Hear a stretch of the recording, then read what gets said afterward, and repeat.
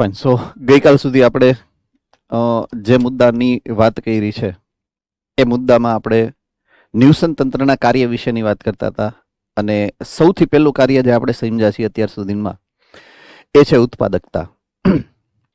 Okay, ઉત્પાદકતાને આપણે બે ભાગમાં વિભાજિત કરી છે, બરાબર છે. એક છે પ્રાથમિક ઉત્પાદકતા અને બીજી છે દ્વિતીયક ઉત્પાદકતા. હવે પ્રાથમિક ઉત્પાદકતાની વાત કરીએ તો એ વનસ્પતિ સૃષ્ટિના સભ્યો એટલે કે ઉત્પાદક સૃષ્ટિના સભ્યોમાં સૂર્યપ્રકાશની ઉર્જા દ્વારા અકાર્બનિક દ્રવ્યમાંથી કાર્બનિક દ્રવ્યમાં રૂપાંતરણ થવાની વાત હતી. જ્યારે વાત દ્વિતીયક ઉત્પાદકતાની વાત આવશે તો દ્વિતીયક ઉત્પાદકતા ઉપભોગીના સ્તરે જોવા મળતી ઉત્પાદકતા છે કે જેમાં એક પ્રકારના કાર્બનિક દ્રવ્યને અન્ય પ્રકારના એટલે કે બીજા પ્રકારના કાર્બનિક દ્રવ્યમાં રૂપાંતરણ કરવાની વાત છે. તો આ ઉત્પાદકતાની વાત આપણે સમજ્યા પછી આપણે બીજા પ્રકારની જે ઘટનાક્રમ અથવા તો કાર્ય જોવા મળે છે ન્યુસન તંત્ર દ્વારા, એ બીજા કાર્યની વાત કરશું અને એ છે ઉર્જા પ્રવાહ અથવા તો એનર્જી ફ્લો. તો અહીંયા જ્યારે ઉર્જાની વાત આવશે તો સૂર્યપ્રકાશ પૃથ્વી માટે ઉર્જાનો મૂળભૂત સ્ત્રોત છે એવું આપણે આગળ પણ બે વખત ચર્ચામાં લીધેલું છે. સૂર્યપ્રકાશમાંથી જેટલી પણ ઉર્જા આવે છે પૃથ્વી ઉપર આવતી તમામ ઉર્જામાંથી ઉર્જાનો એક નિશ્ચિત જથ્થો પ્રકાશ સંશ્લેષી સજીવો દ્વારા શોષણ કરવામાં આવે છે અને એ ઉર્જાનો ઉપયોગ કરી અને કાર્બનિક દ્રવ્ય અથવા તો જૈવ ભારના જથ્થાનું સંશ્લેષણ કરવામાં આવે છે. તો અહીંયા એક ઘટના જે બને છે એ એવું છે કે ઉર્જાનું શોષણ થાય અને એનો ઉપયોગ થઈ અને જૈવ ભારના જથ્થાનું નિર્માણ થાય. હવે જૈવ ભારનો જથ્થો કુલ જથ્થો છે એમાંથી અમુક જથ્થો વનસ્પતિ પોતે વાપરશે પોતાના ચયાપચય કે શ્વસન દરમિયાન અને અમુક જથ્થો એ સંગ્રહ કરશે. આ સંગ્રહિત જૈવ ભારનો જથ્થો જે વનસ્પતિ સૃષ્ટિ પાસે છે એમાંથી ઉપભોગીઓ પોતાની જે જરૂરિયાત છે એ પ્રમાણે ખોરાક માટે એની ઉપર નિર્ભર બનશે. ટૂંકમાં જૈવ ભાર વનસ્પતિમાંથી પ્રાણીઓની અંદર જાય અને પ્રાણી એમાંથી ઉર્જા મેળવે. તો જૈવ ભાર જાય છે એની સાથે ઉર્જા પણ જાય છે. તો જે ઉર્જા સૂર્યપ્રકાશમાંથી વનસ્પતિમાં પહોંચી એ જ ઉર્જા વનસ્પતિમાંથી હવે પ્રાણીઓ એટલે ઉપભોગીઓમાં જશે. હવે વનસ્પતિની અંદર પણ સંગ્રહિત જથ્થો છે જેને તમે પ્રાથમિક ઉત્પાદકતા કીધી છે. પ્રાણીઓની અંદર પણ સંગ્રહિત જથ્થો છે જેને તમે દ્વિતીયક ઉત્પાદકતા કીધી છે. આ બંને જ્યારે મૃત અવસ્થામાં રૂપાંતરિત થાય, બંનેનું જ્યારે મૃત્યુ થાય, જીવનચક્ર પૂરું થાય, એ બંને વિઘટન પામે. એટલે વનસ્પતિ પણ વિઘટન પામશે, પ્રાણીઓ પણ વિઘટન પામશે. એટલે વનસ્પતિનો સંગ્રહિત જૈવભારનો જથ્થો હશે કે ઉર્જા હશે, પ્રાણીઓની જૈવભાર કે ઉર્જાનો જે જથ્થો હશે એ હવે જશે વિઘટક પાસે. એટલે વિઘટકોને ઉર્જા મળશે કે દ્રવ્ય મળશે. તો સૂર્યપ્રકાશની ઉર્જા ઉત્પાદકમાંથી ઉપભોગીમાં અને ઉપભોગીમાંથી વિઘટકની અંદર રૂપાંતરિત થઈ, દ્રવ્ય સ્વરૂપે રૂપાંતરિત થઈ અને ઉર્જાનો જથ્થો છે એનું વહન સતત થતું હોય છે. એ ઘટનાક્રમને આપણે સમજવાનો છે ઉર્જા પ્રવાહ અથવા તો શક્તિ પ્રવાહ તરીકે. તો સૌથી પહેલો જે મુદ્દો છે એ છે કે જેટલા પ્રમાણમાં સૂર્યપ્રકાશ જે પૃથ્વી ઉપર પડે છે એ મોટા ભાગનો સૂર્યપ્રકાશ પરાવર્તિત થઈ અને પાછો અવકાશમાં જાય છે.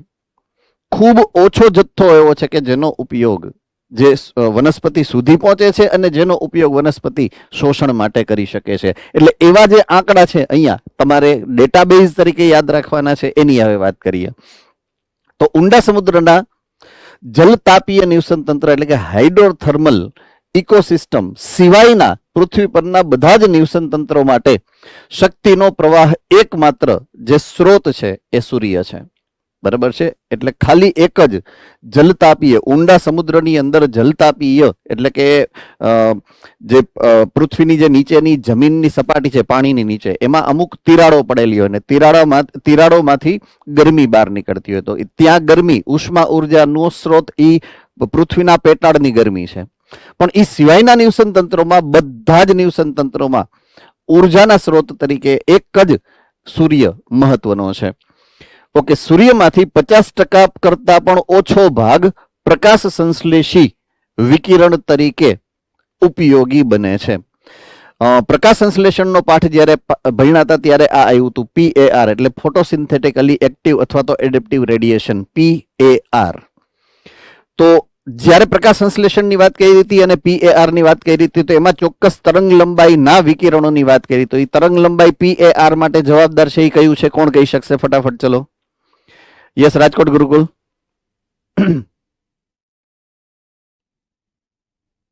680 ને 700 નેનોમીટર. ફરીથી 680 ને 700 nanometre. Okay, Modasa centre.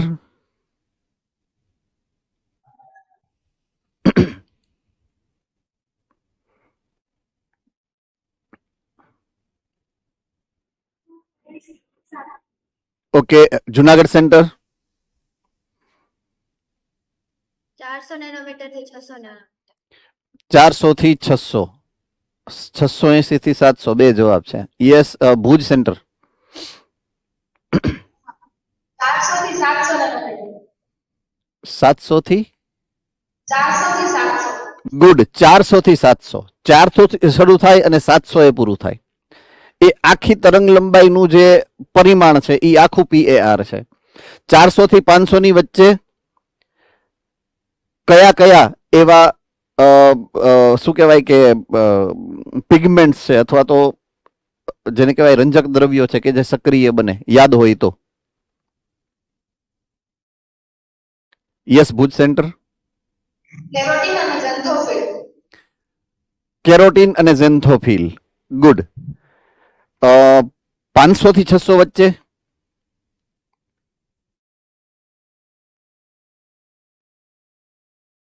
Rajkot.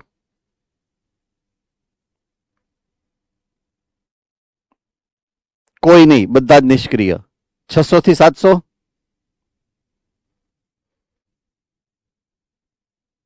Yes, Rajkot. Chlorophyll A અને B. યસ, ક્લોરોફિલ A અને B. હવે જ્યારે તમે ચાર્ટ જોશો ત્યારે 400 થી 500 વચ્ચે પણ ક્લોરોફિલ A B બંને સક્રિય હશે એવું દેખાડ્યું હશે. એવું શું કામ? જ્યારે તમે એવું કહો છો કેરાટીન ને ઝેન્થોફિલ જ એક્ટિવ હોય છે 400 થી 500 ની વચ્ચે.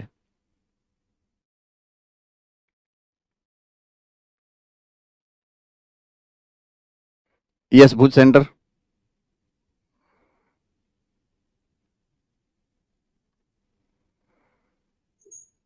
કે ત્યારે એક્ટિવ હોય પણ થોડા ઓછા પ્રમાણમાં.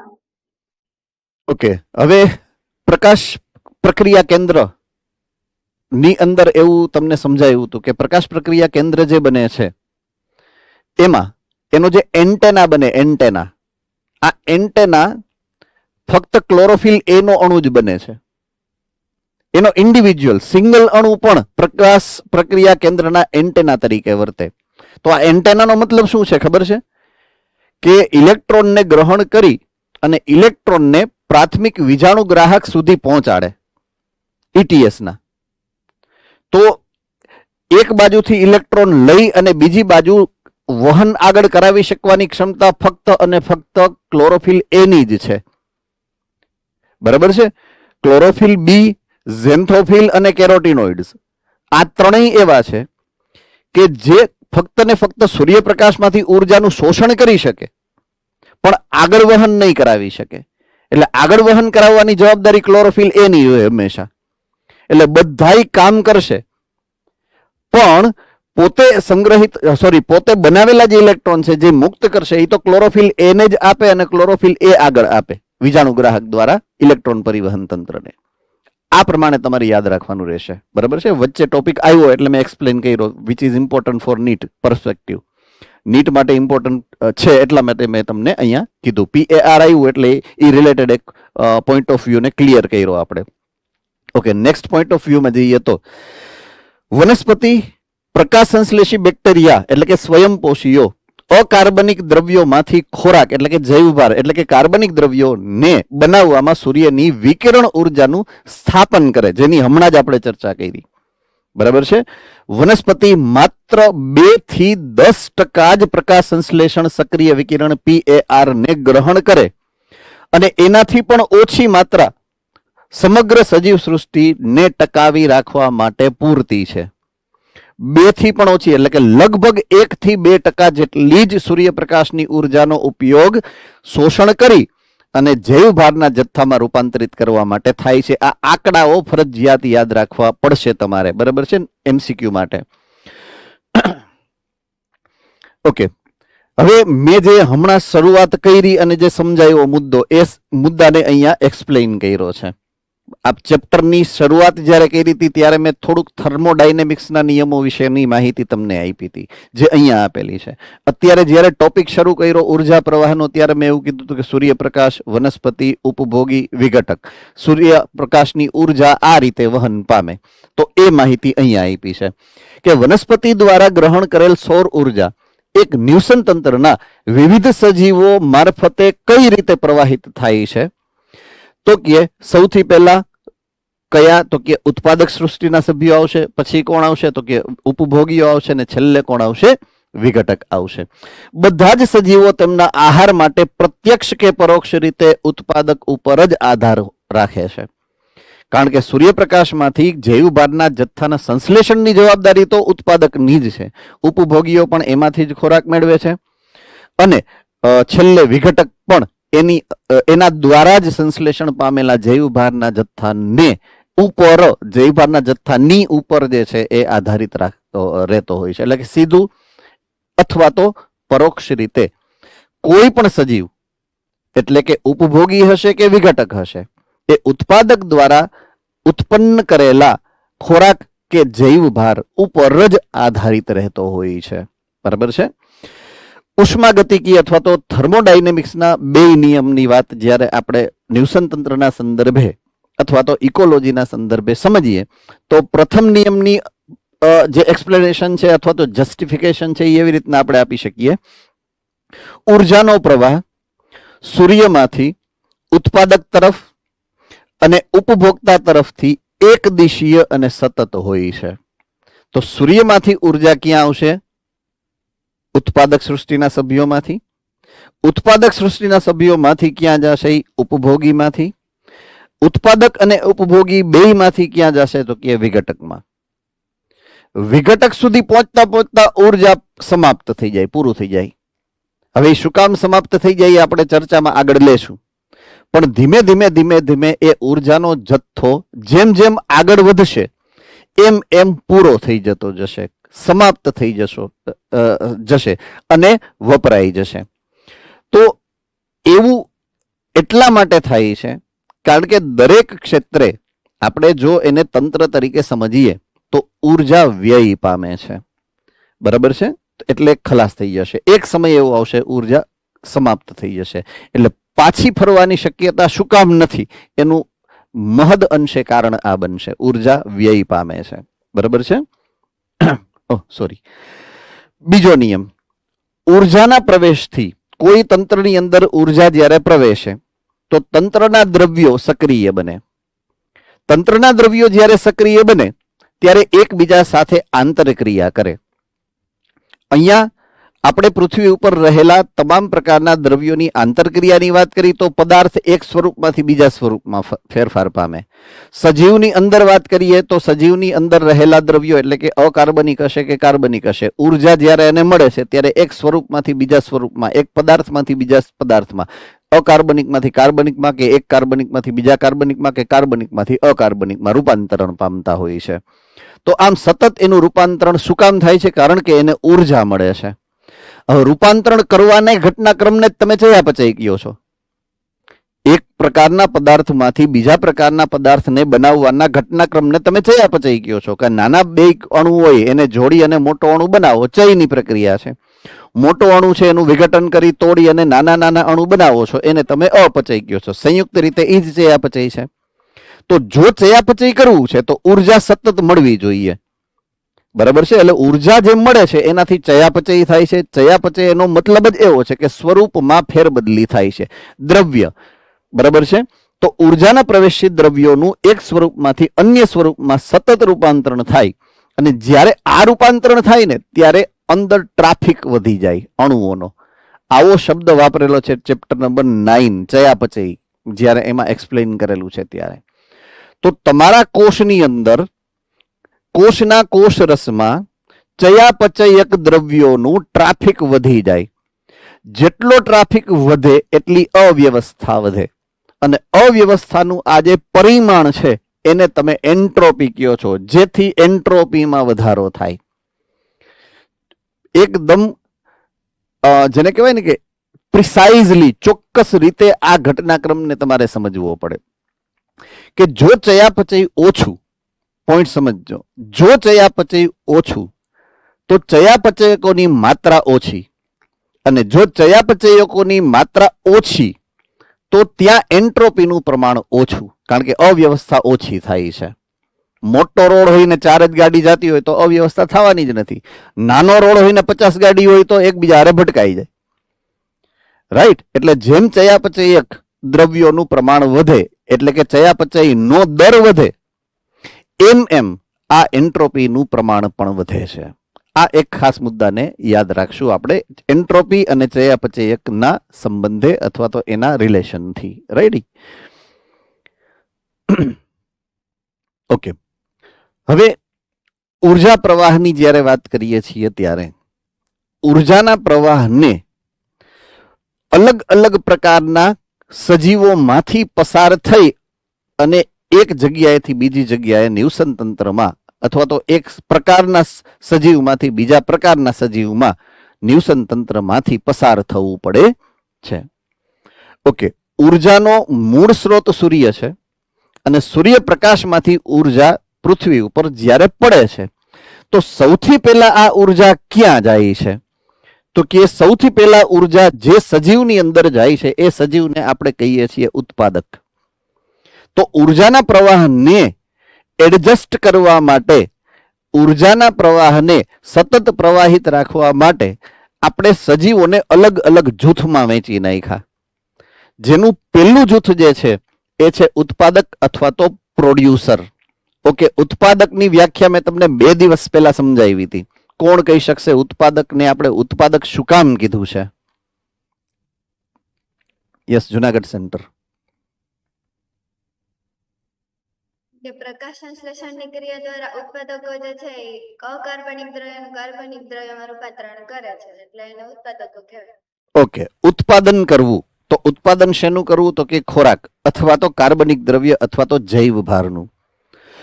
તો જે સજીવો જૈવ ભારનું સંશ્લેષણ કરે છે, જે સજીવો ખોરાકનું સંશ્લેષણ કરે છે, જે સજીવો કાર્બનિક દ્રવ્યોનું સંશ્લેષણ કરે છે, એને આપણે ઉત્પાદકો કહીએ છીએ. બરાબર છે? એટલે મોટા ભાગના ઉત્પાદકો વનસ્પતિઓ અથવા તો પ્રકાશ સંશ્લેષી છે, અને બહુ ઓછા પ્રમાણમાં રસાયણ સંશ્લેષી પણ છે. તો એ સજીવોની અહીંયા વાત કરી છે. નિવસન તંત્રમાં મોટા ભાગે લીલી વનસ્પતિઓને ઉત્પાદક કહેવામાં આવે છે. શું કામ? આપણે શું કામ રસાયણ સંશ્લેષીને અવગણીએ છીએ? કારણ કે એનો જથ્થો લિમિટેડ, બહુ ઓછો છે, એટલા માટે. બરાબર છે? હવે 2 પ્રકારના નિવસન તંત્રની અહીંયા વાત કરી છે. એક સ્થળજ નિવસન તંત્રની વાત કરી છે અને એક જલજ નિવસન તંત્રની વાત કરી છે. તો જ્યારે ઉત્પાદકની વાત કરું તો સ્થળજ નિવસન તંત્રમાં ઉત્પાદક મુખ્ય સજીવો કયા? તો કે સ્થળજ નિવસન તંત્રમાં એક હર્બેશિયસ અથવા તો શાકીય વનસ્પતિનો સમૂહ, અને બીજો વુડી એટલે કે કાષ્ઠીય વનસ્પતિનો સમૂહ. હવે અહીંયા આ તફાવતને ખાસ યાદ રાખવો પડશે. શાકીય વનસ્પતિને તમારે ગુજરાતીમાં અથવા તો ગુજરાતીના અર્થઘટનમાં શાક ઉત્પન્ન કરતી એટલે શાકીય એવું નથી લેવાનું. બરાબર છે? શાકીય વનસ્પતિનો અર્થ એવો છે કે જે પ્રમાણમાં કુણી છે. કુણી એટલે નરમ છે, નરમ છે એટલે નાના કદની હશે. બરાબર છે? એટલે નાના કદની વનસ્પતિઓને શાકીય વનસ્પતિઓ કહેવાની છે. એમાં ક્ષુપ આવી જશે અને એમાં તૃણ આવી જશે વનસ્પતિઓ. એટલે હર્બેશિયસ વનસ્પતિ, તૃણ વનસ્પતિઓ, મૂળભૂત રીતે તૃણ વનસ્પતિઓને શાકીય વનસ્પતિઓ કહેવાની છે. બરાબર છે, કે જેનું પ્રકાંડ જાડું અને કાષ્ઠમય નથી બનતું એવી વનસ્પતિઓ. આવી રીતના તમારે યાદ રાખવાનું, એને શાકીય વનસ્પતિ કહેવાની છે. બીજું છે કાષ્ઠીય વનસ્પતિ. જે વનસ્પતિનું મૂળ પ્રકાંડનો મધ્ય અક્ષ છે એ જાડો બનશે, દ્વિતીયક વૃદ્ધિ કરશે, જાડો એવો બનશે કે બહારની બાજુએ શુષ્ક બની જશે, લાકડું કાષ્ઠ બની જાય, એટલે એને વુડી અથવા તો કાષ્ઠીય વનસ્પતિ કહેવાય. તો આ રીતે તમારે આ બે સમૂહોને યાદ રાખવા પડશે. બેયનો મતલબ પ્રિસાઇઝ છે, ચોક્કસ છે, અને એ જ ચોક્કસ મતલબથી એ વનસ્પતિના સમૂહને આપણે યાદ રાખશું. ઓકે, નેક્સ્ટ જલદ નિવસન તંત્રની વાત કરીએ તો જલદ નિવસન તંત્રના મૂળભૂત ઉત્પાદકો સૌથી પહેલા આવશે વનસ્પતિ પ્લવકો. કોણ? વનસ્પતિ પ્લવકો. બીજું આવશે લીલ, અને ત્રીજું આવશે વિવિધ પ્રકારની જલીય વનસ્પતિઓ. બરાબર છે. ઓકે, જલીય વનસ્પતિના સંદર્ભે આપણે જે એક પોઈન્ટ ઓફ વ્યૂ યાદ રાખવો પડશે એ એવો છે કે મોટા ભાગની જલજ વનસ્પતિઓ હશે એ કિનારાના ભાગે ઉગતી હશે. બરાબર છે. ઊંડા સમુદ્રમાં જોવા મળતી નિમગ્ન વનસ્પતિઓનો સમૂહ ઓછો હશે. એક તો એનું વૈજ્ઞાનિક કારણ એવું છે કે કિનારાનો ભાગ હશે એ 500 મીટરથી ઓછી ઊંડાઈનો હશે, અને સૂર્યપ્રકાશ 500 મીટર સુધી જ પહોંચી શકે. તો સૂર્યપ્રકાશ નહીં હોય તો વનસ્પતિ પોતાનું અસ્તિત્વ ટકાવી શકતી નથી. એટલે જ્યાં સુધી સૂર્યપ્રકાશ પહોંચે એટલા કિનારાના ભાગ સુધી જ વનસ્પતિઓ જોવા મળશે. આ એક સંદર્ભ ખાસ તમારે યાદ રાખવાનો રહેશે. એટલે ઊંડા સમુદ્રમાં વનસ્પતિઓ નહીં હોય. હા, ઊંડા સમુદ્રમાં પ્લવકો હશે પણ વનસ્પતિ નહીં હોય.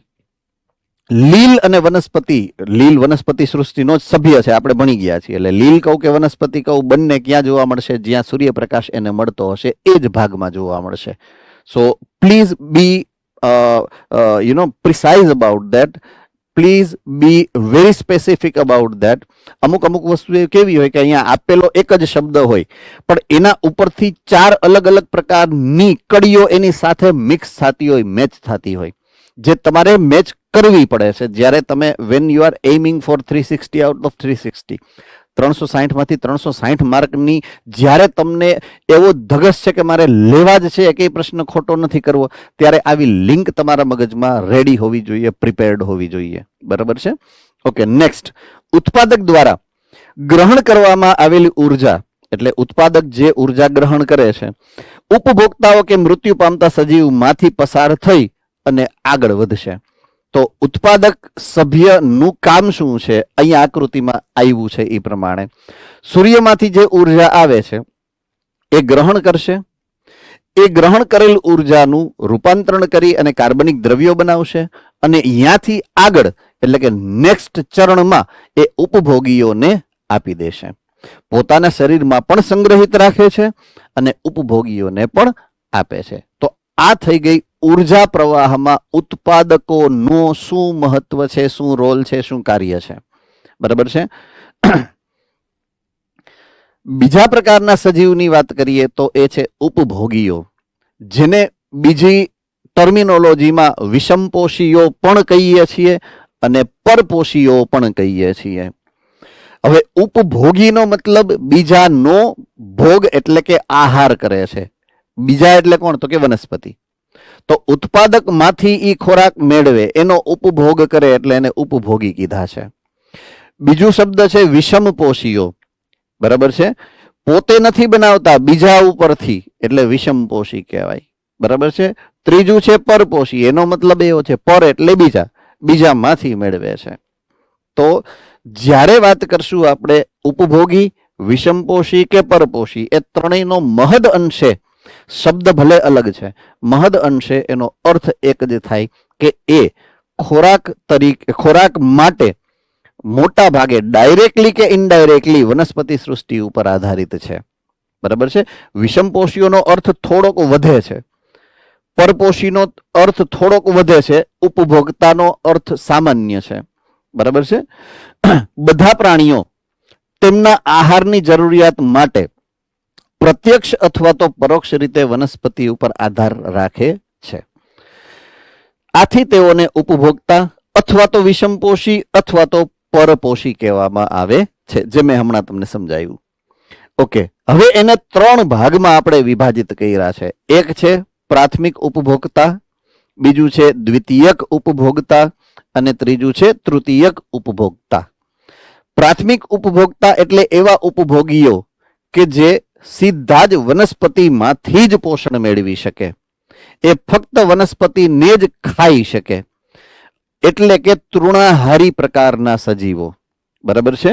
તો પ્રાથમિક ઉપભોગી અથવા તો પ્રાઇમરી કન્ઝ્યુમર એવો છે કે તેઓ આહાર માટે ઉત્પાદક એટલે કે વનસ્પતિ ઉપર જ નિર્ભર હોય. ઉદાહરણ જે આપેલા છે અમુક ચોક્કસ પ્રકારના કીટકો છે. બરાબર છે? પછી આવશે અમુક ચોક્કસ પક્ષીઓ છે, અમુક ચોક્કસ સસ્તનો છે અને મૃદુકાયી સજીવોનો અમુક સમૂહ છે. બરાબર છે? એ મોટા ભાગે જે તૃણ વનસ્પતિઓ નો આહારમાં ઉપયોગ કરશે. જો મોટા કદના હશે તો વૃક્ષના પણ કુમળી ડાળીઓને ખાઈ એક અલગ અલગ પ્રકારના, જેને કહેવાય કે જે પ્રકારના નિવસન તંત્રમાં રહેતા હશે, જેવું એનું કદ હશે એ પ્રકારની વનસ્પતિનો એ ઉપભોગ કરતા હોય છે, ખાતા હોય છે. બરાબર છે? તો એ થઈ ગયા પ્રાથમિક ઉપભોગીઓ. હવે આવશે દ્વિતીયક ઉપભોગીઓ. દ્વિતીયક ઉપભોગીઓ એટલે એવા સજીવો કે એ લોકો પ્રાથમિક ઉપભોગી એટલે કે આને ખોરાક તરીકે ખાય છે, તૃણાહારીને ખાય એટલે કે માંસાહારી. બરાબર છે? હવે તૃણાહારી પાસે ખોરાક ક્યાંથી આવ્યો છે? તો કે એ આવ્યો છે ઉત્પાદકમાંથી. એટલે ઉત્પાદકનો જ ઉર્જાનો જથ્થો કોની પાસે છે? તો કે પ્રાથમિક ઉત્પાદક પાસે. પ્રાથમિક ઉત્પાદકમાંથી જ પોષણ અને ઉર્જા કોણ મેળવશે? તો કે દ્વિતીયક ઉપભોક્તા. તો દ્વિતીયક ઉપભોક્તાનો મતલબ એવો છે કે તેઓ પ્રાણીઓ એટલે કે પ્રાથમિક ઉપભોક્તાઓને ખાઈ અને પોષણ મેળવશે. ઉદાહરણ તરીકે દેડકા, શિયાળ અને મનુષ્ય, આવા 3 ઉદાહરણો અહીંયા આપેલા છે. રાઈટ? હવે મનુષ્ય આમ તો મિશ્રાહારીમાં આવશે, હે ને? એ મિશ્રાહારી છે. વેજીટેરિયન મનુષ્ય છે અને નોન વેજીટેરિયન મનુષ્ય છે, જેવી જેની ભક્તિ અને જેની શક્તિ. બરાબર છે? એટલે એ મિશ્રાહારીમાં એકચ્યુઅલમાં આવશે. નેક્સ્ટ, એટલે આમાં મનુષ્ય દ્વિતીયક ઉપભોક્તા છે. એટલે કાલ સવારે કોઈ લારીએ ઊભા ન રહી જતા કે આપણે તો ભણવામાં આવું શીખડાયું છે એટલે આપણે આ કરવાનું છે, એવું નથી તમ તારે. બરાબર છે? નેક્સ્ટ, ત્રીજું તૃતીયક ઉપભોક્તા, ટર્શરી કન્ઝ્યુમર. તો આને પણ ખાય અને આને પણ ખાય, વનસ્પતિને નહીં. પ્રાથમિક ઉપભોગીઓ નહીં ખાય અને દ્વિતીયક ઉપભોગીઓ નહીં ખાય. નો ચોઈસ, જે સામે આવ્યું એ ગયું. બરાબર છે? એને કહેવાય તૃતીયક ઉપભોક્તાઓ. તો તેઓ બીજા પ્રાણીઓ અથવા તો દ્વિતીયક ઉપભોક્તાઓને પણ ખાય છે. ઉદાહરણ છે સિંહ, વાઘ અને પક્ષીઓમાં સમડી વગેરે. બરાબર છે?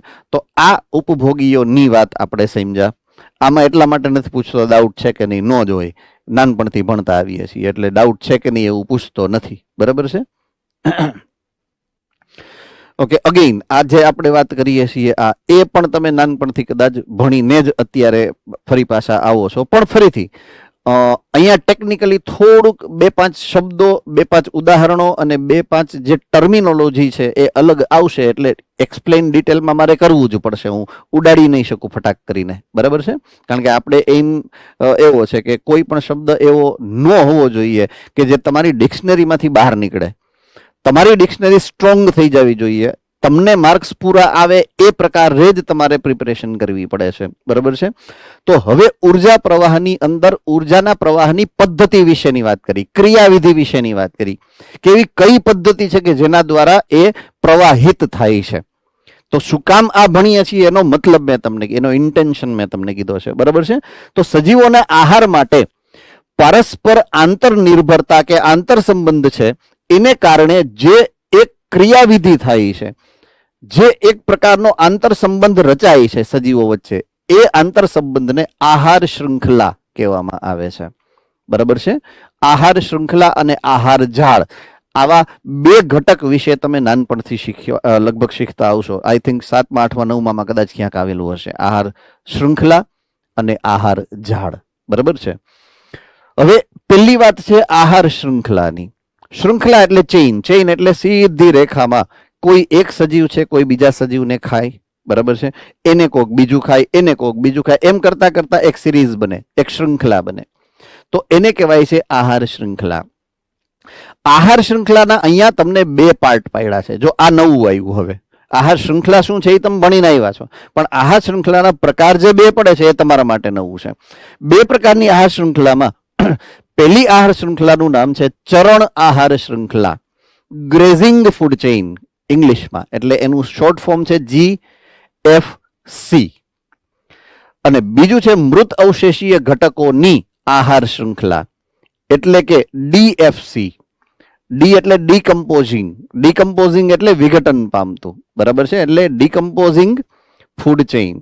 ડીકમ્પોઝર એને અંજામ આપે છે. ડીકમ્પોઝર એટલે કે વિઘટક પ્રકારની સજીવ સૃષ્ટિમાંથી જ્યારે મૃત અવશેષો પસાર થાય ત્યારે આ થાય.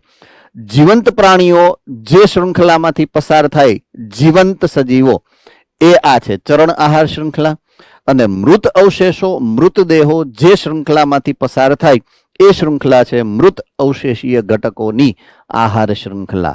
આ રીતે તમારે એને 2 ભાગમાં વહેંચવી પડશે, કારણ કે કોઈ પણ જીવંત સજીવ છે એક સમયે તો મૃત્યુ પામવાનો જ છે, એટલે દરેક સજીવ આ 2 શૃંખલામાંથી પસાર થાય અને થાય જ. તો દરેક સજીવ માટે આ બંને શૃંખલા લાગુ પડશે.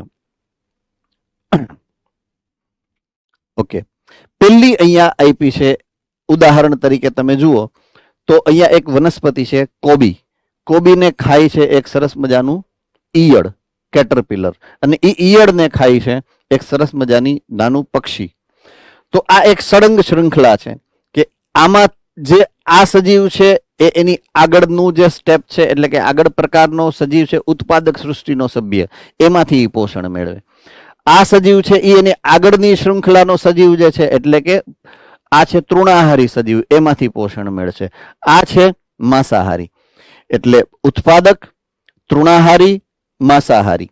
તૃણાહારી હંમેશા ઉત્પાદકનો જ ખોરાક તરીકે ઉપયોગ કરે, માંસાહારી હંમેશા તૃણાહારીનો જ ખોરાક તરીકે.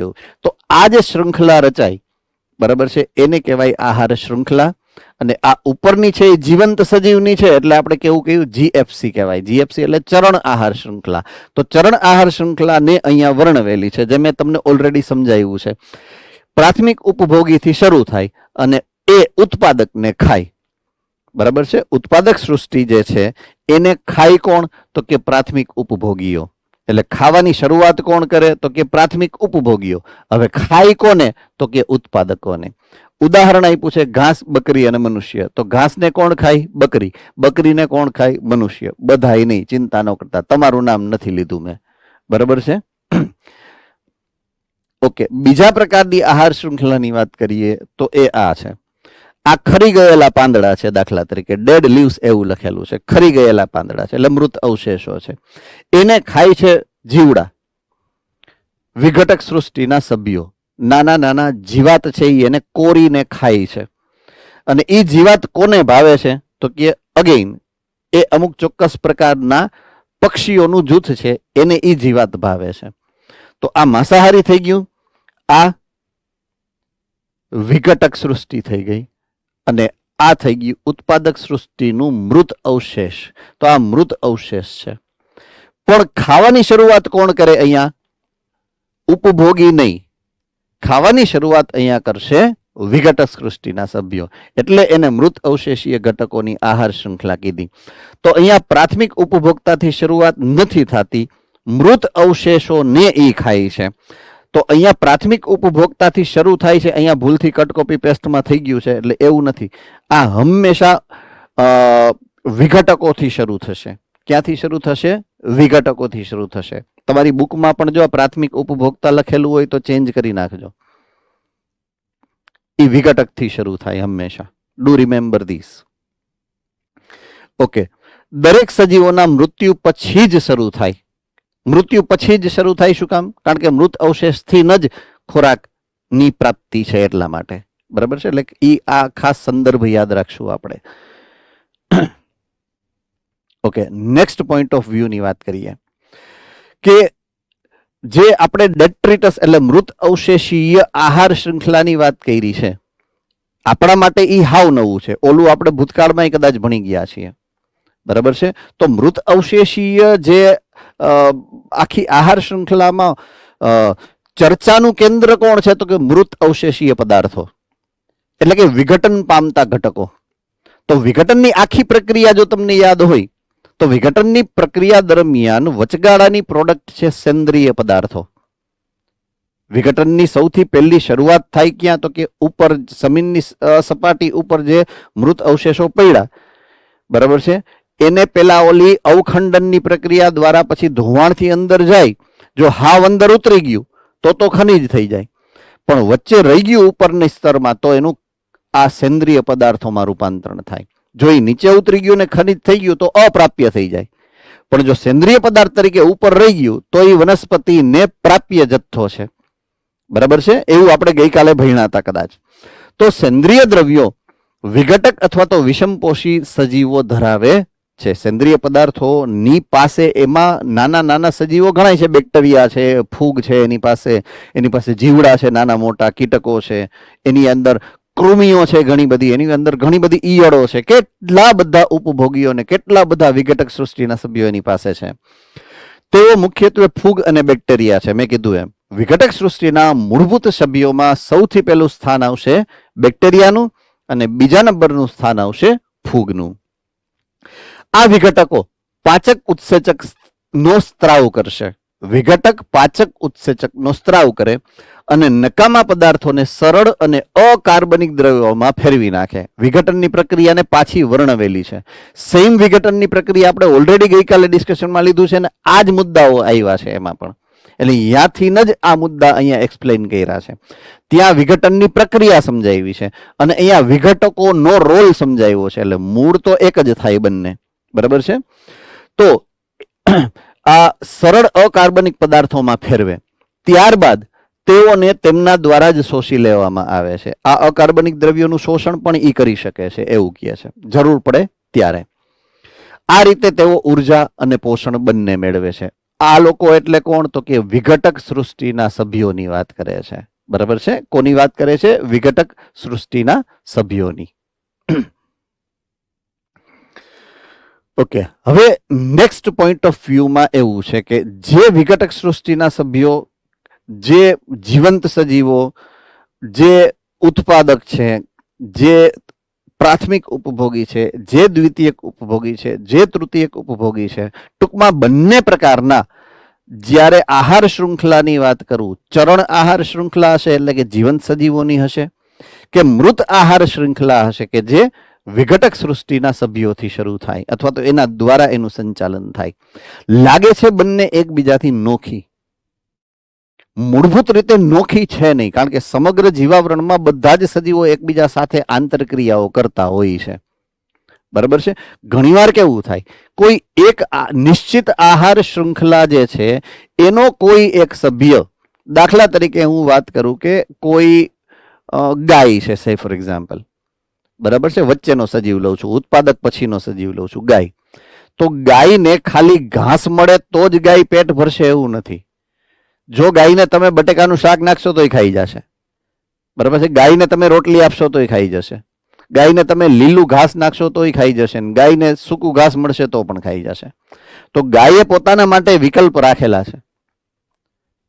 સેમ વસ્તુ વિકલ્પ લાગુ પડે અન્ય સજીવને. દાખલા તરીકે સિંહ જ્યારે શિકાર કરવા નીકળે તો એને ફિક્સ નથી કરી રાખ્યું. બરાબર છે કે બચુભાઈની વાડીમાંથી જો ભેંસ નીકળશે તો એને જ ખાઈ છે, એવું ફિક્સ નથી.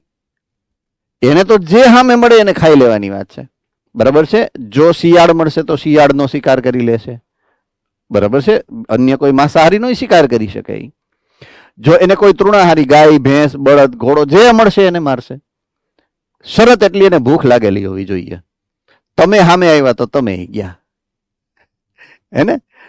તો જે સામે મળશે તો વિકલ્પ છે ને. હવે દાખલા તરીકે હું વાત કરું કે દાખલા તરીકે તમે જ છો, તમે હાઈલા જાવ છો, સિંહ ખાઈ છે, તો તમે સિંહના આહાર શૃંખલાનો ભાગ નથી. બરાબર છે ને? તમે સિંહના આહાર શૃંખલાનો ભાગ નથી, છતાંય તમને એને ખાધું. તમે તો કોઈ અન્ય આહાર શૃંખલાના ભાગ છો. તો આ રીતે ઘણી આહાર શૃંખલાઓ એવી છે કે અધ વચ્ચે એકબીજાની હારે ક્રોસ કરશે. એ જે આખું જટિલ તંત્ર રચે એના માટે શબ્દ વાપરો છે આહાર ઝાડ. બરાબર છે, કે જ્યાં ઘણી બધી આહાર શૃંખલાઓ એકબીજા સાથે આંતરક્રિયા કરે. આ આહાર શૃંખલા જો અહીંયા આ વચ્ચેનો સજીવ લઉં એક, તો આ એને ખાશે, આ આને ખાય છે, આ આને ખાય છે, તો કેટલી બધી જગ્યાએ એ સંકળાય. આ સીધી લીટીમાં નથી, આમેય છે, આમેય છે, આમેય છે, આમેય છે, બધી રેખામાં એ ગતિ કરે છે. ઘણા બધા સજીવો સાથે એ ખોરાક માટે સંકળાયેલ છે. તો આ આંતર સંબંધને વાત કરી છે આહાર ઝાડ તરીકે. હવે જ્યારે આહાર ઝાડની હું વાત કરીશ ને ત્યારે અમુક ચોક્કસ પ્રકારની ક્રિયાવિધિને ધ્યાનમાં લેવી પડશે મારે. એની વાત અહીંયા કરી છે. બરાબર છે? ઓકે. જલજ નિવસન તંત્રમાં ચરીય આહાર શૃંખલા ઉર્જા પ્રવાહ માટે સૌથી મહત્વનું સાધન બનશે. બરાબર છે? જલજ નિવસન તંત્રમાં ચરીય આહાર શૃંખલા ઉર્જા પ્રવાહનું મુખ્ય મૂળભૂત સાધન બને, વિઘટક સૃષ્ટિ સિવાયનું. બરાબર છે? એવું શું કામ? કારણ કે અહીંયા જમીન ઓછી ને પાણી વધુ છે. જો જમીન ઓછી હોય તો જમીનની અંદર જ નિવાસ સ્થાન છે વિઘટક સૃષ્ટિનું. બરાબર છે? અને બીજું, પાણીની અંદર જો સેન્દ્રિય પદાર્થ જમીન હોય કે સેન્દ્રિય પદાર્થ હોય તો એના દ્રવ્યો પાણીમાં ફ્લોટ કરે, એટલે તરીને ક્યાં વયા જાય? કિનારાના ભાગે. એટલે ક્યારેય પાણીના નિવસન તંત્રમાં તળિયે સેન્દ્રિય પદાર્થોનો એવડો મોટો જમાવડો ન થાય કે જેટલો જમીનમાં હોય. બરાબર છે?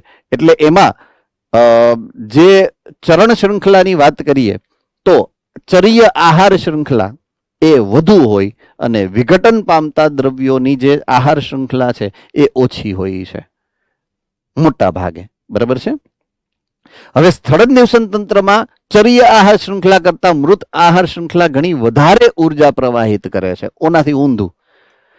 ગઈકાલે આપણે વિઘટન સમજાતા ત્યારે જ વાત કરી હતી કે જ્યારે જમીનમાં આ મૃત અવશેષો ભળે ત્યારે એની હારે જે વિઘટનની પ્રક્રિયા થાય, પોઈન્ટ સમજવાનો છે પરફેક્ટલી. એ વિઘટનની પ્રક્રિયામાં જે ફૂગ સૃષ્ટિના સભ્યો કે બેક્ટેરિયાના સભ્યો દ્વારા વિઘટનની જૈવ રાસાયણિક ક્રિયાઓ થાય એ બહુ જ ધીમી છે એવું સમજાયું છે તમને. એકદમ ધીમી પ્રક્રિયા છે આ. શું કામ ધીમી છે? એની પાછળનું કારણ શું છે કે મોટા ભાગના દ્રવ્યો કેવા છે તો કે વનસ્પતિજન્ય છે. વનસ્પતિજન્ય દ્રવ્ય છે એટલે એને તોડવામાં બેક્ટેરિયા અથવા તો ફૂગના સભ્યોને વાર લાગે છે. તો જેટલી સ્પીડમાં એ વનસ્પતિના દ્રવ્યો એની અંદર ઉમેરાય છે એટલી સ્પીડમાં વિઘટન પામતા નથી. એટલે મોટો સેન્દ્રિય પદાર્થોનો જથ્થો જમીનની અંદર પડેલો રહે છે સંગ્રહિત અવસ્થામાં, એટલે કે રૂપાંતરિત થતી અવસ્થામાં. તો એ જથ્થો એવડો મોટો છે સમયાંતરે, અત્યારે એવો સમય આવી ગયો છે કે જથ્થો વધી ગયો, તો ઉપર જીવંત સજીવ કરતા નીચે જે આ સેન્દ્રિય પદાર્થનો જથ્થો છે એ વધી ગયો. હવે સેન્દ્રિય પદાર્થોનો જથ્થો એની ઉપર તો કામ થાય છે. કામ કોનું થાય છે? વિઘટકોનું. તો એ સભ્યો હંમેશા ઓલા ઉપર જીવંત કરતા વધારે હશે. તો અહીંયા ઉર્જાના દ્રવ્યોના વહનમાં, ઉર્જા અને દ્રવ્ય બંનેના વહનમાં આ મૃત અવશેષીય ચરણ શૃંખલા છે એ મોટી છે. ક્યાં? તો કે જમીન ઉપર. પાણીમાં ચરીય આહાર શૃંખલા મોટી છે અને જમીન ઉપર મૃત અવશેષીય આહાર શૃંખલા મોટી છે. હવે આવ્યો એક મેઇન ટોપિક જે બહુ ઇમ્પોર્ટન્ટ બનશે. આ ખાસ તમારે સંદર્ભે યાદ રાખવો પડશે. બરાબર છે? મૃત આહાર શૃંખલાના કેટલાક સજીવો ચરીય આહાર શૃંખલાના પ્રાણીઓનો શિકાર બની જાય. અહીંયા જ ઉદાહરણ આપેલું છે આની પહેલાની સ્લાઇડમાં. અહીંયા કે દાખલા તરીકે આ મૃત અવશેષ છે, આ ભાઈ એને ખાય છે. બરાબર છે? અને એ ભાઈને કોણ ખાય છે તો કે આવે આ ભાઈ કોણ છે? જીવતા અને પક્ષી. પક્ષી એટલે કોઈ ચરીય આહાર શૃંખલા છે. આ ઘટક કોનો છે? મૃત અવશેષીય આહાર શૃંખલાનો ભાગ છે. એટલે દરેક મૃત આહાર શૃંખલા હંમેશા ચરીય આહાર શૃંખલાની સાથે તો કોઈક ને કોઈક રીતે સીધી કે આડકતરી રીતે જોઈન્ટ થયેલી જ હોય છે. બરાબર છે? તો એ ખાસ એક સંદર્ભ યાદ રાખવાનો છે. બીજું, કોઈ નૈસર્ગિક નિવસન તંત્ર છે એમાં અમુક સજીવ એવા છે કે જે મિશ્રાહારી બનશે. બરાબર છે? એટલે અહીંયા બેયનું કોમ્બિનેશન થશે. વંદો છે, કાગડો છે અને મનુષ્ય છે, આ ત્રણ. મિશ્રાહારી માટે અહીંયા બુકની અંદર સંદર્ભ શબ્દ વાપર્યો છે, એ છે સર્વભક્ષી. સર્વભક્ષી એટલે પ્રાણીઓને પણ ખાશે અને વનસ્પતિઓને ખાશે. એને મિશ્રાહારી કહું કે સર્વભક્ષી કહું, બેયનો સામાન્ય અર્થ એક જ રહેશે. તો અહીંયા ઓમ્નિવોરા અથવા તો સર્વભક્ષી તરીકે ઓળખાતા આવા અમુક સભ્યો છે, બરાબર છે. એટલે એ આહાર શૃંખલાના મલ્ટિપલ એટલે એકથી વધારે ભાગની સાથે જોડાયેલા હશે. આ આહાર શૃંખલાઓને પ્રાકૃતિક આંતર સંબંધ એક આહાર ઝાડનું નિર્માણ કરે છે. તો જ્યારે આ પ્રકારના સભ્યો એકબીજા સાથે ક્રોસ એટલે કે આડકતરી રીતે જોડાય ત્યારે જે બનતી સંરચના છે એ સંરચના બનશે આહાર ઝાડ, બરાબર છે. ટૂંકમાં બે કે વધારે આહાર શૃંખલાના સભ્યો જ્યારે ખોરાક માટે એકબીજા સાથે આંતર સંબંધ બનાવે, આ આંતર સંબંધને આહાર ઝાડ તરીકે તમારે ઓળખવાની છે.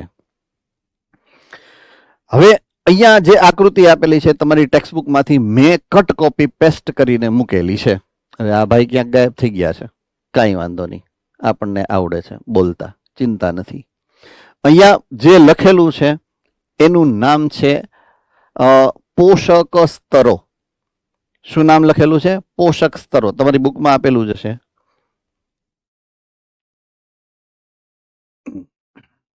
ઓકે, પોષક સ્તર એવું નામ છે એનું.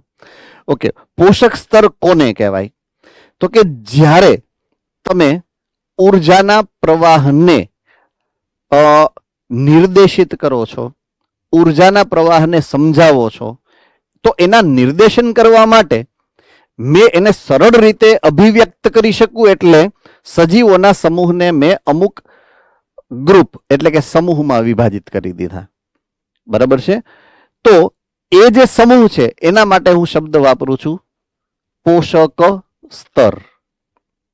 તો પોષક સ્તરના 4 પ્રકાર છે જે હમણાં જ આપણે સમજ્યા છે ઓલરેડી. પહેલા સ્તરનું નામ છે, પહેલું સ્તર એટલે કે પ્રથમ પોષક સ્તર. તો સૂર્યપ્રકાશ જ્યારે પડે અને જે સજીવ એ સૂર્યપ્રકાશને ગ્રહણ કરે એ એનું પહેલું સ્તર થયું. તો આપણે જાણીએ છીએ કે પ્રથમ પોષક સ્તર એટલે કે પહેલું પોષક સ્તર કે જેમાં ઉર્જાનો પ્રવેશ થયો એ છે ઉત્પાદક સૃષ્ટિના સભ્યો, વનસ્પતિઓ, બરાબર છે. તો પ્રથમ પોષક સ્તર વનસ્પતિ દ્વારા બને, જેને તમે નામ આપ્યું છે પ્રાથમિક ઉત્પાદકો. શું નામ આપ્યું છે?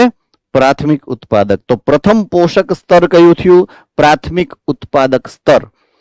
શેનાથી બને? વનસ્પતિઓથી. અને એનું ઉદાહરણ અહીંયા આપ્યું છે વનસ્પતિ પ્લવકો, તૃણ વનસ્પતિ અને મોટા વૃક્ષો. આ મુખ્યત્વે પ્રાથમિક ઉત્પાદક સૃષ્ટિના સભ્યો છે, બરાબર છે. હવે દ્વિતીયક પોષક સ્તર, બીજા નંબરનું પોષક સ્તર, એ તૃણાહારીઓથી બને. કોનાથી બને? તૃણાહારીઓથી. તો એને કહેવામાં આવે છે પ્રાથમિક ઉપભોગીઓ. શું કહેવાય? પ્રાથમિક ઉપભોગી. પ્રાથમિક ઉપભોગી એટલે તો કે જે પ્રાથમિક ઉત્પાદક સૃષ્ટિના સભ્યો એટલે કે ઉત્પાદકને ખાય આહારમાં, એને શું કહેવાય? પ્રાથમિક ઉપભોગી. દ્વિતીયક પોષક સ્તર તૃણાહારી એટલે કે પ્રાથમિક ઉપભોગીઓનો જે પ્રકાર એ છે તૃણાહારી. અને તૃણાહારીના ઉદાહરણ અહીંયા આપેલા છે પ્રાણી પ્લવકો, તીતી ઘોડો કીટકનું નામ છે, અને ગાય, બરાબર છે.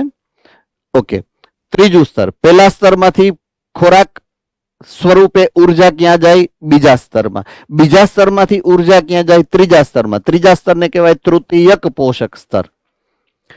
તો ઉત્પાદક સૃષ્ટિમાંથી ખોરાક કોણ મેળવે? પ્રાથમિક ઉપભોગી.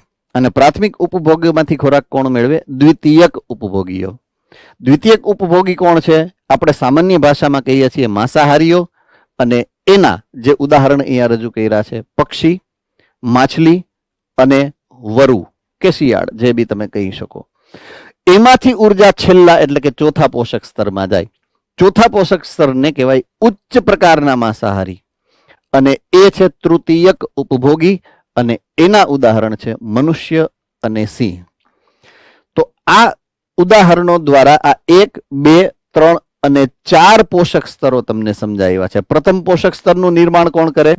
ઉત્પાદક સૃષ્ટિ. બીજા પોષક સ્તરનું નિર્માણ કોણ કરે? પ્રાથમિક ઉપભોગી એટલે કે તૃણાહારી.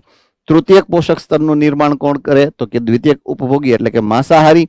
અને ચોથા પોષક સ્તરનું નિર્માણ કોણ કરે? તો કે તૃતીયક ઉપભોગી અથવા તો ઉચ્ચ કક્ષાના માંસાહારી.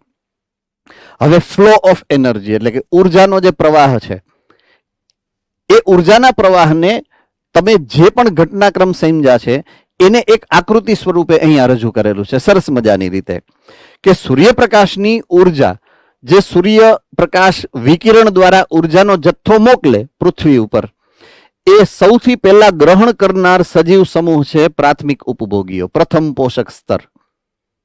બરાબર છે? તમે જે હમણાં જે આખું ચાર્ટ સમજ્યા, એ ચાર્ટનો પહેલો સભ્ય હતો પ્રથમ પોષક સ્તરનો કોણ? લીલી વનસ્પતિઓ. બરાબર છે? તો સૂર્યપ્રકાશને ગ્રહણ કોણ કરે છે? પ્રથમ પોષક સ્તર એટલે કે લીલી વનસ્પતિ. 3-4 સ્લાઇડ પહેલા લખેલું હતું કે જેટલો સૂર્યપ્રકાશ આવે છે, મોટા ભાગનો સૂર્યપ્રકાશ તો કેવો થાય? પરાવર્તિત થઈ જાય. બરાબર છે? તો પરાવર્તિત થયો એટલે ઉષ્મા ઉર્જા સ્વરૂપે વ્યય પામ્યો. થોડોક જ જથ્થો વનસ્પતિ લઈ શકે. વનસ્પતિ બે કામ કરશે. બે કામ. કાં તો વનસ્પતિઓ ઉષ્મા ઉર્જા સ્વરૂપે એને વ્યય કરશે અને કાં તો એની અંદર સંગ્રહ કરશે. પોઈન્ટ ટુ બી નોટેડ. એટલે આ વ્યય છે એ કોનો છે? આ ઉષ્મા ઉર્જા સ્વરૂપે વનસ્પતિ દ્વારા શ્વસન પ્રક્રિયામાં ગુમાવેલ ઉષ્મા છે. R છે. બરાબર છે? બાકીનો જથ્થો અહીંયા સંગ્રહ પામ્યો. હવે આ સંગ્રહ પામેલ જથ્થાનો ઉપભોગ એટલે કે ખાય કોણ? તો કે તૃણાહારીઓ. અહીંયા તૃણાહારીને આપેલો છે, આ જીવડાભાઈ છે નાના એવા, બરાબર છે, કેટરપિલર. તો એ આમાંથી ઉર્જા મેળવે. હવે એ જ્યારે પોતે ટોટલ કુલ ઉર્જા મેળવશે, એમાંથી અમુક ઉર્જા એ પોતે પોતાના શ્વસનમાં એટલે કે માઇનસ R છે. બરાબર છે? તો ગ્રોસ પ્રાઇમરી પ્રોડક્શન જે હતું અહીંયા, એમાંથી -R કર્યું તો નેટ પ્રાઇમરી પ્રોડક્શન આ છે. હવે સેકન્ડરી પ્રોડક્શનમાં આપણે આવી જઈએ તો સેકન્ડરી પ્રોડક્શનમાંથી ગ્રોસ સેકન્ડરી પ્રોડક્શનમાંથી રેસ્પિરેશન માઇનસ થયું, સ્મોલ r, શ્વસન ક્રિયા દરમિયાન બાકીનો જથ્થો એને સંગ્રહ્યો. તો એ થઈ ગયો દ્વિતીયક ઉત્પાદકતા આની પોતાની. હવે એમાંથી આ જથ્થો એ પોતે જ્યારે એને એના તૃતીયક સ્તરના સજીવ ખાશે તો એ સજીવ પણ પોતે સજીવ છે, પોતે પોતાનું અસ્તિત્વ ટકાવી રાખવા માટે પોતે ચયાપચય કરશે, પોતે શ્વસન કરશે, અમુક જથ્થો શ્વસનમાં ગુમાવશે અને અમુક જથ્થો પોતાના શરીરમાં સંગ્રહ કરશે અને એને આ ચતુર્થ ઉપભોગી ખાય તો એ પણ અમુક જથ્થો ઉષ્મા ઉર્જાનો ગુમાવશે અને બાકીનો પોતાના શરીરમાં સંગ્રહ કરશે.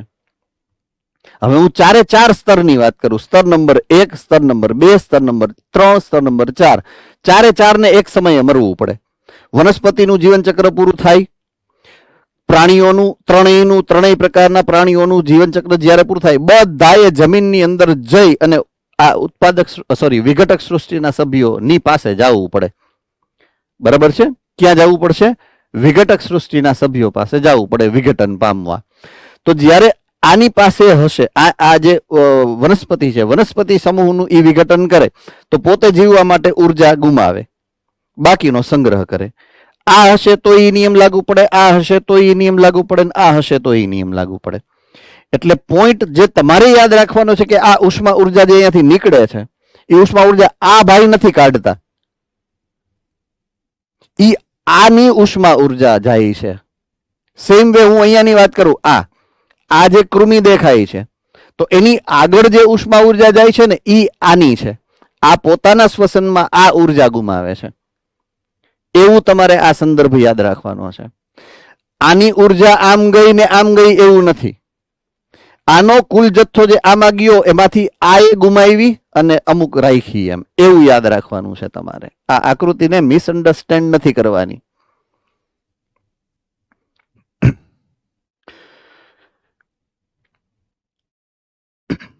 ઓકે, ઓલમોસ્ટ લગભગ હું માનું ત્યાં સુધી છેલ્લો પોઈન્ટ છે કે અનુક્રમિત પોષક સ્તર, એક પછી એક બીજું, બીજા પછી ત્રીજું. અનુક્રમિત પોષક સ્તરે ઉર્જાની માત્રા હંમેશા ઘટતી જાય, મેં તમને પહેલા જ સમજાવ્યું છે. શું કામ?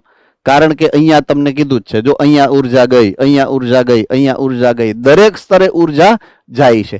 એ સમજાવવા માટેની જે ડાયાગ્રામ છે એકચ્યુઅલી, કે દરેક તબક્કે તમે જ્યાં ઉર્જાના પ્રવાહની ડાયાગ્રામ કરો ને ત્યાં બધા જ સ્તરે ઉષ્મા ઉર્જા હંમેશા ગુમાવે છે. તો જ્યારે પણ સજીવો મૃત્યુ પામે ત્યારે તેઓ મૃત અવશેષીય ઘટક કે મૃત જૈવભારમાં ફેરવાય ત્યારે પણ વિઘટકો માટે એ ઉર્જાના સ્ત્રોતનું કામ કરે. તો વિઘટકો ઉર્જા મેળવવા માટે જ્યારે એનું વિઘટન કરશે, આ આકૃતિમાં પાછા જાઓ, હવે આ છે, આ છે, આ છે કે આ છે, ચારે ચાર જ્યારે મૃત્યુ પામે ત્યારે જવાનું છે કોને? વિઘટક સૃષ્ટિ પાસે. હવે ઈ જ્યારે એમાંથી ઉર્જા મેળવવાનો પ્રયત્ન કરે તો એ ઉર્જા ગુમાવે છે. એટલે છેલ્લે આની પાસે આવે ને ત્યારે ઉર્જા હાવ નિમ્ન લાસ્ટ સ્ટેજમાં પહોંચી ગઈ હોય એમ. તો દરેક પોષક સ્તરે સજીવો તેમની ઉર્જાના આવશ્યકતા માટે એનાથી નીચેના સ્તર ઉપર આધારિત હોય છે. બરાબર છે? એટલે કે એનો મતલબ એવો છે કે જો આને ઉર્જા જોઈએ છે તો એની નીચેનું સ્તર કયું? તો કે આમાંથી ન જ મળે. જો એને ઉર્જા જોઈએ છે એને નીચેની સ્તર કયું? તો કે આ, તો કે એમાંથી ન જ ઉર્જા મળે. એને ઉર્જા જોઈએ છે તો કે એમાંથી મળશે? તો કે આનામાંથી. તો દરેક સજીવ પોતાનાથી નિમ્ન કક્ષાના સજીવ ઉપર જ ઉર્જા માટે આધારિત હોય છે. આ પ્રકારે તમારે એ સ્ટેટમેન્ટને સમજવાનું છે. તો અહીંયા જે મૃત અવશેષી ઘટકો છે એના માટે એક શબ્દ વાપર્યો છે, મૃત જૈવ ભાર. કોઈ પણ જીવંત સભ્ય છે એ વનસ્પતિ સૃષ્ટિનો સભ્ય હશે, પ્રાથમિક ઉપભોગી સભ્ય હશે, દ્વિતીયક ઉપભોગી સભ્ય હશે કે તૃતીયક ઉપભોગી સભ્ય હશે, જ્યારે મૃત્યુ પામે ત્યારે એની અંદર જે મૃત અવશેષો છે, કાર્બનિક દ્રવ્યો, એના માટેનો શબ્દ વાપર્યો છે મૃત જૈવ ભાર. રેડી?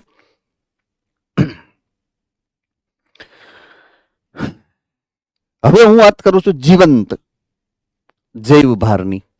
મૃત જૈવ ભાર પૂરું કર્યું મેં, હવે હું જીવંત જૈવ ભાર ઉપર છું. તો દરેક પોષક સ્તર, ઉત્પાદક એટલે કે પ્રથમ સ્તર, તૃણાહારી બીજું સ્તર, માંસાહારી ત્રીજું સ્તર, ઉચ્ચ કક્ષાના માંસાહારી ચોથું સ્તર, દરેક પોષક સ્તરે એક ચોક્કસ સમયે જીવંત પદાર્થોનો કેટલોક જથ્થો છે જેને કહેવામાં આવે છે પ્રાપ્ય પાક. નવો શબ્દ આવ્યો, ન્યૂ ટર્મિનોલોજી. બરાબર છે? સ્ટેન્ડિંગ ક્રોપ એટલે કે પ્રાપ્ય પાક. કોઈ પણ નિવસન તંત્રમાં જેટલો કુલ જીવંત જૈવ ભાર છે એને કહેવાય છે પ્રાપ્ય પાક. પ્રાપ્ય પાકને સજીવોનો જથ્થો કે સજીવોનો જૈવ ભાર કે એકમ વિસ્તારમાં તેની સંખ્યા દ્વારા પણ માપી શકો. એટલે બે રીતે તમે માપી શકો, કાં તો જૈવ ભારના વજનથી માપી શકો અથવા તો જીવંત સજીવોની સંખ્યા દ્વારા એને માપી શકો. બરાબર છે? ઓકે, જાતિના જૈવ ભારને બે રીતે માપી શકો. જો વજનથી માપવું હોય તો તમારી પાસે બે ઓપ્શન છે, આપણે ચેપ્ટર નંબર 9 માં ભણી ગયા, કાં તો શુષ્ક દળ અને કાં તો સામાન્ય વજન. સામાન્ય વજન એટલે જીવંત પ્રાણી છે એને જોખી લ્યો, એને સામાન્ય વજન કહેવાય.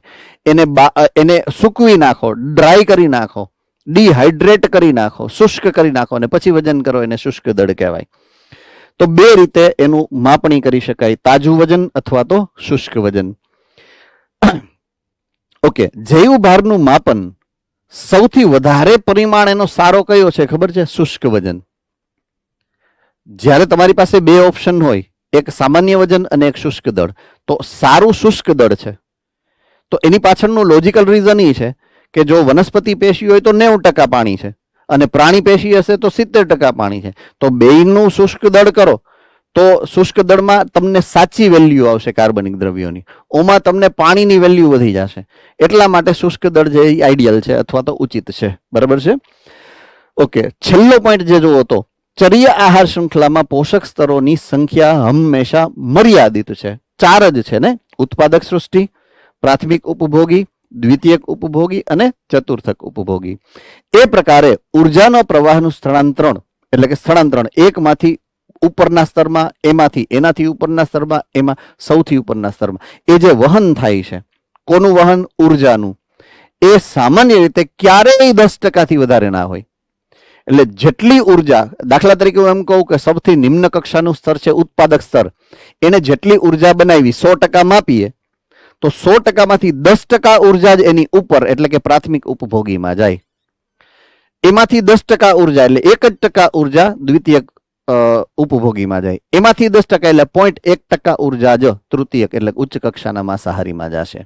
તો ઉર્જાના પ્રવાહમાં ઉર્જાનું જે સ્થળાંતરણ છે, ઉર્જાનો જે પ્રવાહ છે એ પ્રાપ્ય જથ્થામાંથી માત્ર 10% ઉર્જાનું જ વહન કરી શકે છે. એટલે કે દરેક નિમ્ન સ્તરના પોષક સ્તરમાંથી ઉચ્ચ પોષક સ્તર તરફ માત્ર 10% ઉર્જા જ પ્રવાહિત થતી હોય છે. બરાબર છે. તો આ થઈ ગઈ આપણે શક્તિ અથવા તો ઉર્જા પ્રવાહની વાત. તો અહીંયા હું અત્યારે એટલા માટે પૂરું કરું છું કારણ કે એક મીટિંગ અમારે છે, એટલે લેક્ચર અહીંયા હું પૂરો કરું છું. દ્રવ્યોના પોષક ચક્રની જ્યારે વાત છે અહીંયાથી આપણે આવતીકાલે આગળ વધશું. બરાબર છે. સો all the best, have a nice day.